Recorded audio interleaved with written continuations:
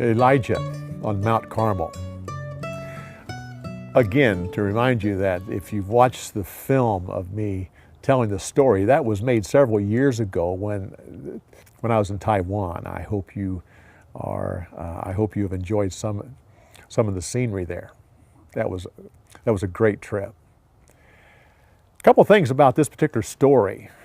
First of all, we have again, the prophet of Baal. We talked about him last week and how he represented rain and harvest. Well, he was the most popular of all of the Canaanite idols, the Canaanite gods.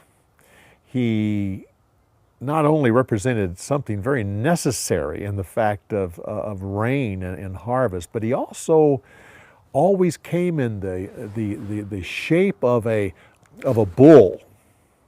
And especially the men of that day would look at that, and it represented power.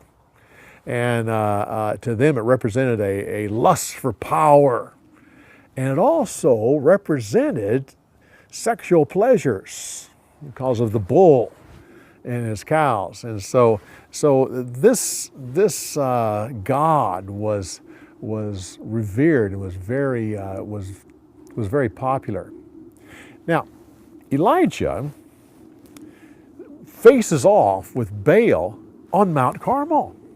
Now you have to understand, people didn't live on Mount Carmel because they all knew that was the home of Baal. And so where does he tell Ahab to meet him with the prophets?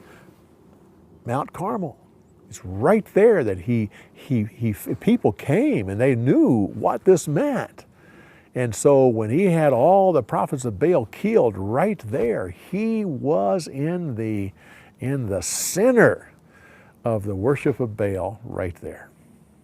Amazing story. A couple other things that you might find interesting, that Elijah used 12 stones to build the altar, representing all 12 tribes of Israel, not just the northern 10 tribes with the people that he was dealing with, but he represented all the tribes. Also, one last thing, when he ran back to the capital city, he was actually going, Ahab was going back to a place called Jezreel, which from Mount Carmel is about 6 miles away. So that gives you a little bit of reference here about how far he made this famous run. Well, come back next week when we give you more insights on the story of the week. We'll see you next week.